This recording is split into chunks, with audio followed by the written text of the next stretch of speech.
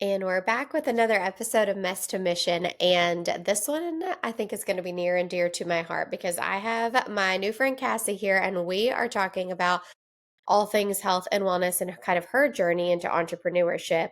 She is a dietitian and a mother of three, and I am super excited. We actually met, I think, in like a podcasting group, maybe. I don't know. Then there was an email group, then there was a Zoom group, and so many groups. But Cassie, thank you so much for being here today. And we're excited to learn more about you and your Mess to Mission story. Thanks so much for having me. So tell us a little bit kind of about just your journey. So I was even just reading through your bio, like, dang, this girl has done all of the things. And so how did you navigate all of that and decide entrepreneurship is what I want to do? Yeah, absolutely. So I have always just been a chronic overachiever. So for the past decade, I've been a dietitian and I've always had a full-time job and at least one side gig or maybe even multiple side gigs going. And I started out as a corporate dietitian and then moved into healthcare sales role. And then I switched gears and I became a corporate dietitian and for more of a regional area. And so then I started teaching classes at a university. I was an assistant teaching professor. And so I love dietetics because there's so many avenues where you can explore, but also for somebody like me who is multi-passionate, I think it was also kind of like a way for me to explore a lot of different areas, but also a way for me to burn out. And so Yeah.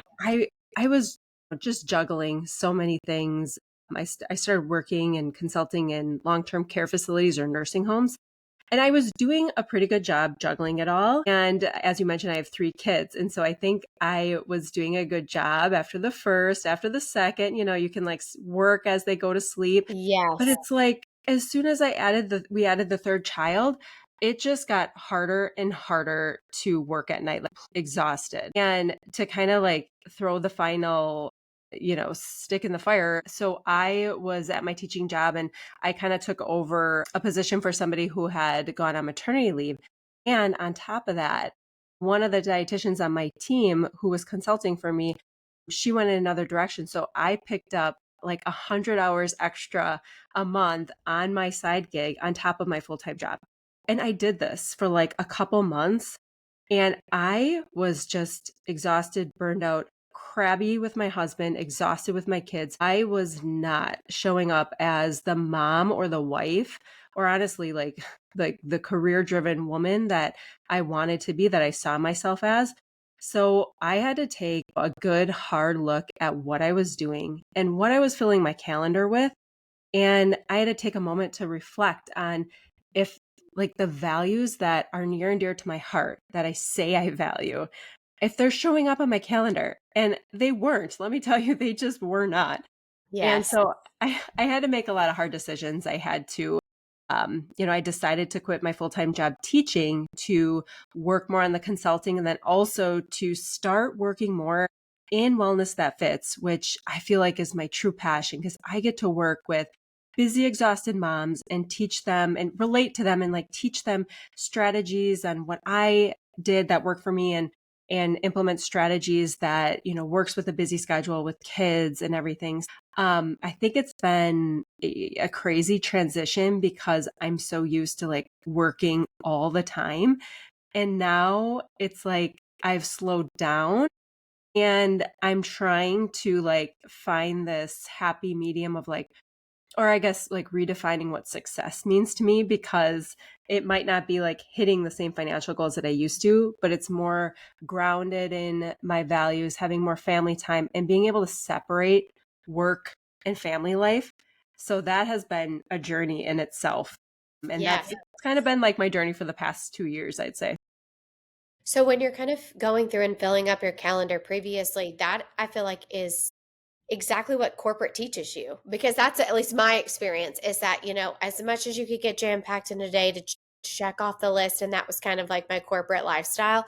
And then coming into this, it's like, okay, I have an hour with nothing. Like, what do? I don't know how to My kids are at school, like, what do I do? Insert this podcast, apparently. But it's definitely finding that balance. And I don't even know if we mentioned this, but your actual company name is Wellness That Fits. So you're not just helping people identify, that's like the whole branding, the whole kit and caboodle. So tell me how you kind of figured out starting your entrepreneur journey and creating this business that now you're working inside of.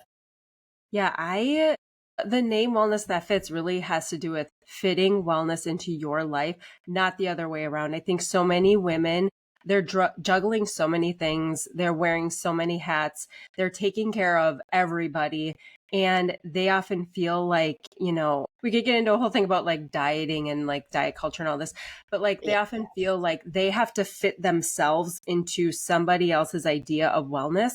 And I feel like wellness doesn't look like that to me. It looks like, let me meet you where you are, and let's create a strategy that works around your life, your values, your schedule, and your health goals. Like, obviously, we all know like health is very unique to each individual. People have different micronutrient deficiencies, different schedules, different chronic, symptoms or syndromes and things like that.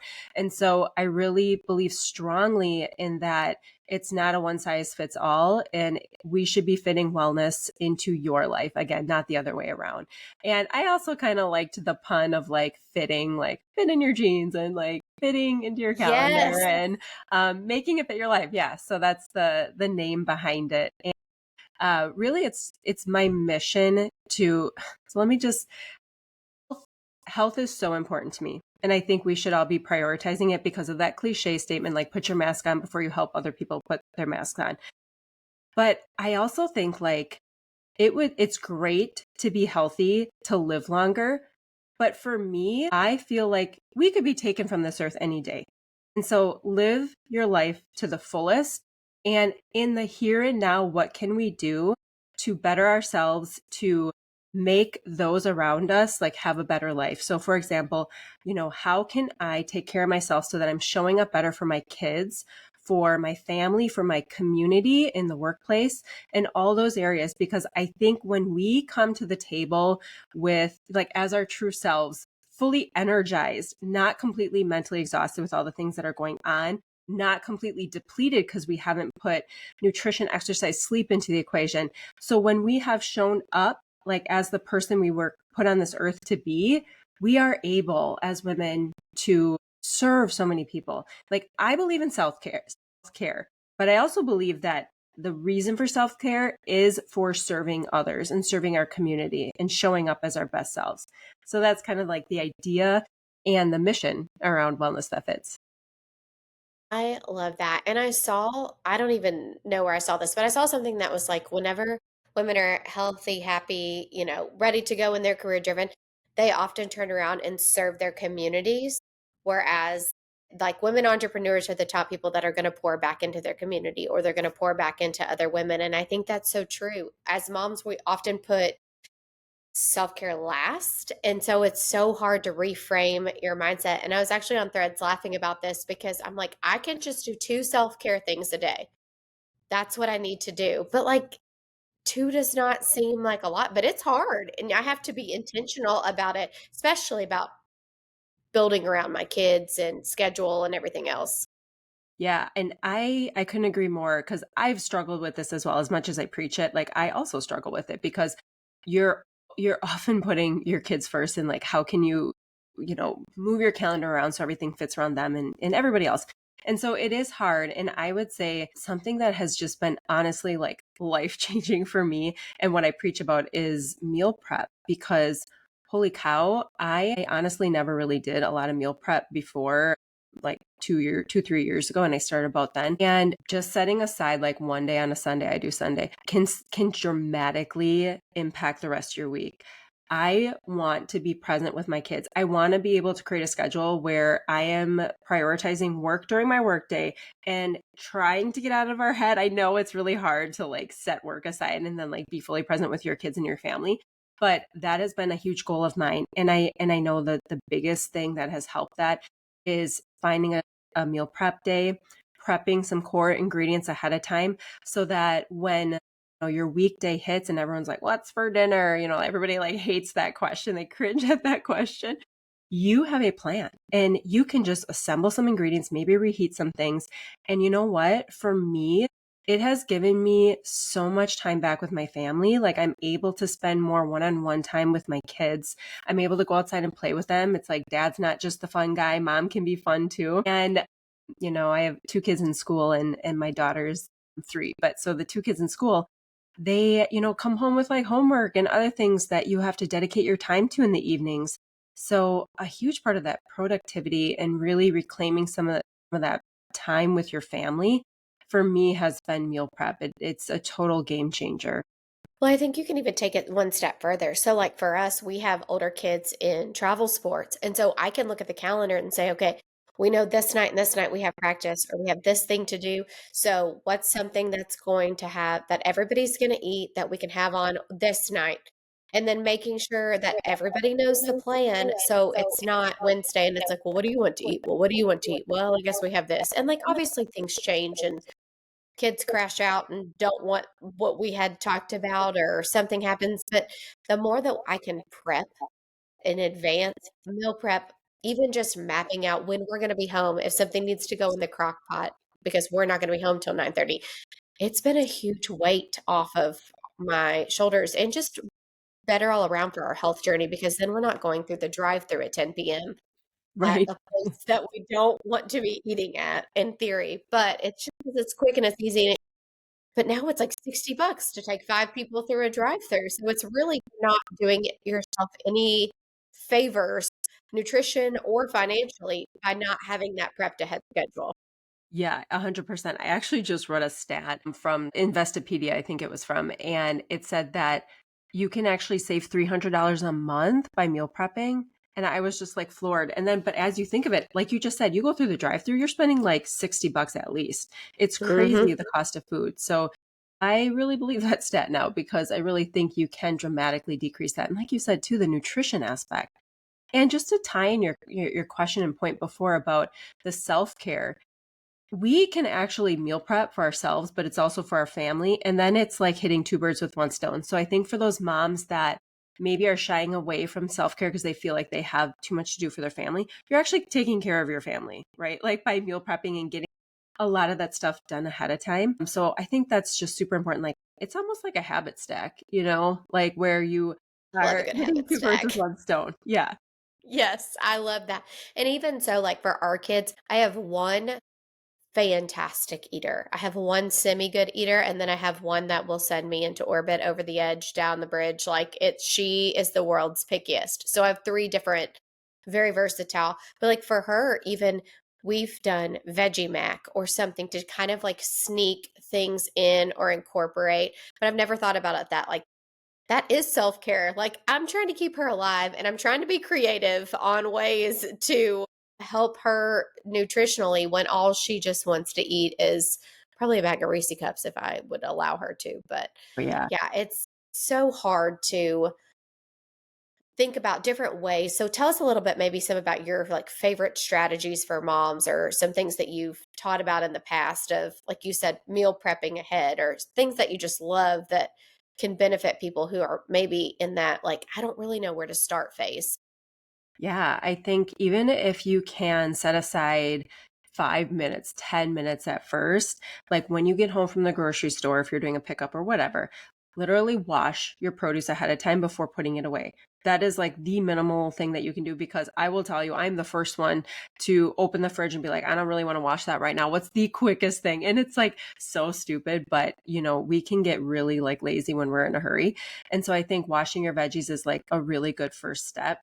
Now, if you have a little bit more time, obviously, let's say 30 minutes, you can chop some veggies. And that way you're kind of like getting everything prepped and ready before you actually like cook it that night, which can take a huge stressor off because again, if we have to make another good decision at 5 p.m. or 6 p.m. at night after our long hard work day, it's probably not going to be a good decision. Like we're either going to go through the drive-through or we're going to get takeout out or a frozen meal or something like that, which no, there's the time and place for that, and we're all Yeah. busy and it happens. But yeah, I think getting it on your calendar is the biggest thing. Like, I talk a lot about doing a time audit and seeing how you're currently spending your time, reflecting on your values, like I mentioned before, and trying to figure out like what is most important to you. Because if your health is really important to you and how you show up for your family and your community, then how can we get it on your calendar? And so with meal prep, I think the thing that I really talk a lot about is getting, like, finding a day, even if you're going to spend like 15 minutes, 20 minutes, an hour, get it a day on your calendar, schedule it as a task or an event, and then work backwards. So, like, let's say you're only going to do 30 minutes to get started because you're not doing anything right now, maybe. So, 30 minutes to get started. What do we have to do the day before? We probably have to, pick up our grocery order. So, get it on the calendar. I know this sounds so simple, but I think when we can just automate as much as possible in our lives so that we don't have to constantly think, oh my gosh, today is Friday. Wait a second. I didn't even think about the weekend yet. So, like, if we can get on whether it's an alarm, a task, an event, to go grocery shopping, to enter a pickup order, to do a 5-minute pantry inventory checklist, really, really quick strategies, that's a good place to start. Now, you can always take it a step further and, like, okay, let's start picking out really healthy recipes. I have a meal prep course and like everything, and we do like a seasonal life audit and like determine where is the best place to start. But I think for somebody who isn't maybe meal prepping at all, I think just planning ahead a little bit and then getting it on the calendar is like your very first step. And it's that constant reminder, reminder, reminder. And pretty soon you're going to be like, okay, I should probably listen to some of these alarms and tasks and actually do it. Yes. So, yeah. Well, and I think it's so true when you're talking about, instead of just like, I think people think that you have to have this big day of all day meal prep and you don't do anything but sit in the kitchen and wash your vegetables and do all the things. And like you said, you can break it down into smaller tasks. Pick up groceries, point A. Point B, wash the produce. Go ahead and get chopped for points. Like, I have a little, it's not really little, but it's a prep deck, and it like has all the little containers for all the things that you can chop and have ready to go, because you're basically preparing for Mhm. meals for the week. Like, you can break it down and then have everything ready for those meals. And that's where, like, honestly, that's probably my favorite part about having my iPad, is because I can have like all of my nerd things there when cooking. But there's so many different ways to break it down into a schedule that works for you. And I think that you say it best when you're putting it into the wellness that fits, of where can you fit this into your schedule. Like, I love the branding behind it. You get 10 gold stars for that. I love the Nice. whole concept of that piece of the pie. Yeah. And I think I love your idea of like this ingredient deck. Is that what you call it? Or, Yeah. yeah. Prep deck. Prep deck. Yeah. Because part of what I teach is prepping core ingredients to create diverse and flexible meals. So for example, you just make a pot of quinoa, and then you also, like in the rice cooker, something easy. And you also maybe throw some chicken in a crock pot. So you have some shredded chicken or sliced chicken. And then let's say you also chop some romaine and you chop some broccoli. Okay, those are 4 ingredients. How can we mix and match those and bring in different sauces to create different meals? Well, we can do tacos or nachos. We have, and actually to your point about the picky eaters, this is what I also love about meal prep, is because we have some, I know like every single mom and family I talk to, they have either a picky eater or two, they have an allergy or an intolerance, or they have something Yeah. like a chronic condition, something going on where people are eating different things. And I honestly have no idea how they're doing it, where they're prepping things nightly, because it's got to take tons of time. And that's why I believe in meal prep, is because you can prep those core things that each person is going to eat, so that the night of, you're not like a short order chef, And so, for example, if I have like the chicken and the rice or whatever, or I think I use quinoa as an example, but like let's say I have the chicken and the romaine already prepped, and I wanted to do tacos or nachos. I don't know why, but one of my kids will not eat tacos, but he will eat nachos. So same ingredients. It's just, instead of a flour tortilla or a corn tortilla, it is a corn chip. And so I'm like, okay, honey, sure. And so it almost like, Whatever you say, sweetie. It's the same. That's I literally had this argument the other night. I'm so sorry to interrupt you, but I was like floored, because my child was like, I hate potatoes. I'm not eating potatoes, da da da da. And I'm like, okay, so what do you want for your side? French fries. Oh my gosh. It's all in a potato. And he was like, but I hate potatoes. I'm not eating potatoes because it wasn't in fry format. I'm like, Colton, it's the same thing. It's literally the same thing. And he's like, I hate potatoes. I'm not eating it, but I want French fries. I was like, I'm going to lose my mind. That is so funny. Even when we have those picky eaters and we find something that they eat, let me tell you, they're going to change it the next week. You're like, honey, I thought Yes. you liked nachos. And they're like, no, not anymore. So I'm not saying this is a perfect strategy, right? Because we have real life, real little humans who change the rules for us all the time. But I do think it greatly helps, like having that stuff prepped ahead of time. Like, let's say you have a dairy intolerance, but we have, let's say, Greek yogurt for, on top of the tacos or nachos. And then you also have some avocado or healthy fats or whatever for those other people. So it's like, you're planning ahead, you have those ingredients prepped. Let's say somebody has a gluten allergy or intolerance, then you can have like the brown rice ready to go for that person. So you're eating similar meals, but just like with a little bit of tweak. Because if you think about doing all those different ingredients in one night, that might be really like hard to do and take a lot of time. And so that's again why I just feel like for families, it's the way to go, like having things prepped and planned ahead of time. And again, like I said, like the core ingredients to create those diverse meals so you can mix and match. So one night you might have tacos. The next night you might use the shredded chicken with the rice or the quinoa in almost like a stir fry dish. And then all you got to do is pull a sauce from the pantry or make your own. Of course, I always encourage people to make their own, but we all are short on time. And then you can have a totally different sauce, totally different feel to the same ingredients that you have prepped. We're all emotional beings, and sometimes we have prep meals that we don't feel like, the next day. And you're at least able to have some core ingredients to then mix and match, play with, and make it your own so that you don't get sick of meal prep. I love that. And I just think about all the difference. I'm a sauce person. Like everyone's like, I don't want to eat the same thing. And I'm like, just get a bunch of different sauces and switch them out. And you'll like, I don't notice a difference, but I know some people are like, it's still the same food. Tomato, Yeah. potato for us over here. But, you have given us so many good, like practical strategies from your actual, insight as a dietitian. What are some strategies or maybe like your favorite strategy that you've had to learn in becoming an entrepreneur and running the business side to teach other people these things? Yeah, I think the biggest thing is probably time blocking, to reduce that mental load. And meal prep falls underneath that, right? It's like you're blocking this time so that you are not doing it's like checking your email. You don't want to check your email like every 5 minutes or every 10 minutes. You're completely mind task switching, and that creates so much mental fatigue. And so when I set up my calendar, I first of all, I start and reflect on like, your biggest goals for the year and your week's, top priority. I also journal every single night to like brain dump, to like remember memories from my kids. What drained me today? What exhausted me? What are my top 3 priorities tomorrow? That way I take a look at my Google Calendar and I see what's coming up tomorrow. And I'm like, okay, I know what's coming up. I'm not going to sleep thinking, what am I going to miss tomorrow? What am I worried about? Like I am Yes. able to sleep better because I have like, I don't want to say it's a brain dump, but I've been able to like journal and write down my priorities for the next day.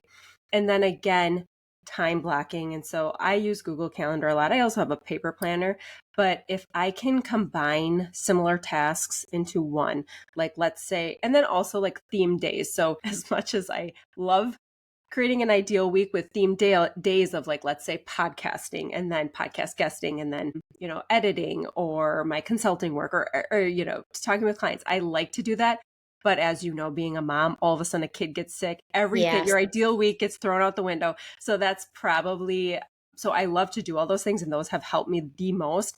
However, I will say the one thing I think I struggle with the most is the fact that I'm a goal setter, and when I set my goal in my ideal week, I am like ready to go. And when something comes up, an appointment, a whatever, I am like, I need to give myself grace that this isn't perfect, and I can do my schedule as best I can. And I'm still a little bit further than I was last week, and so that Yep. needs to be okay.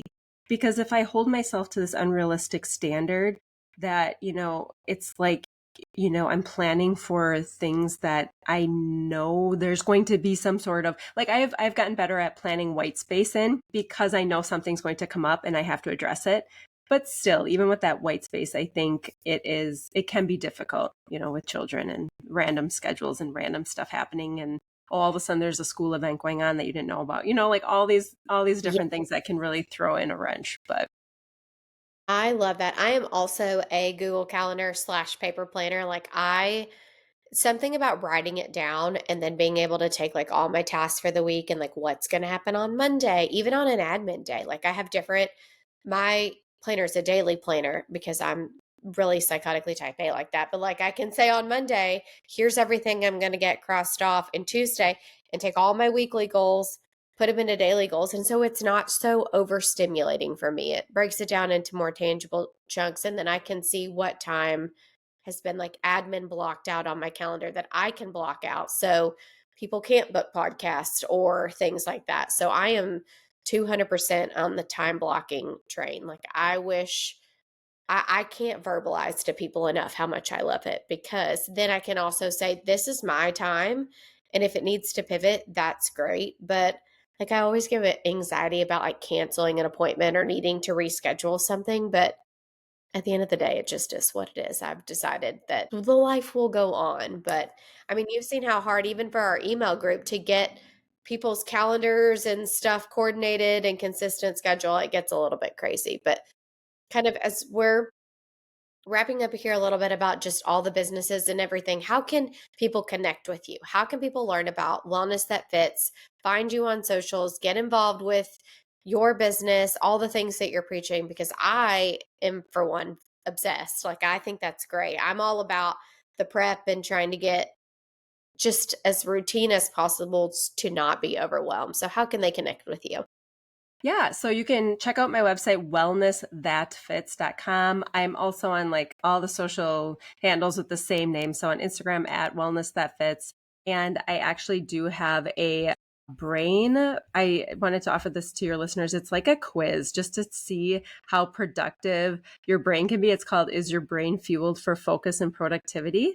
And I've created it for high achieving women so they can realize if their lifestyle and their nutrition and other lifestyle factors is optimized for peak performance. So, yeah, you can contact me on my website, on socials, and yeah, all those places. I love that. Are we doing one-on-ones, or I think you had mentioned a course. What do we have there for options as well? Yeah, so I have my Busy Mom Meal Prep course, and that breaks down in like 6 modules, just all the things to get started. How do we prioritize in our calendar? How do we actually plan for sustainable success, like sustainable meal prepping for health outcomes as well?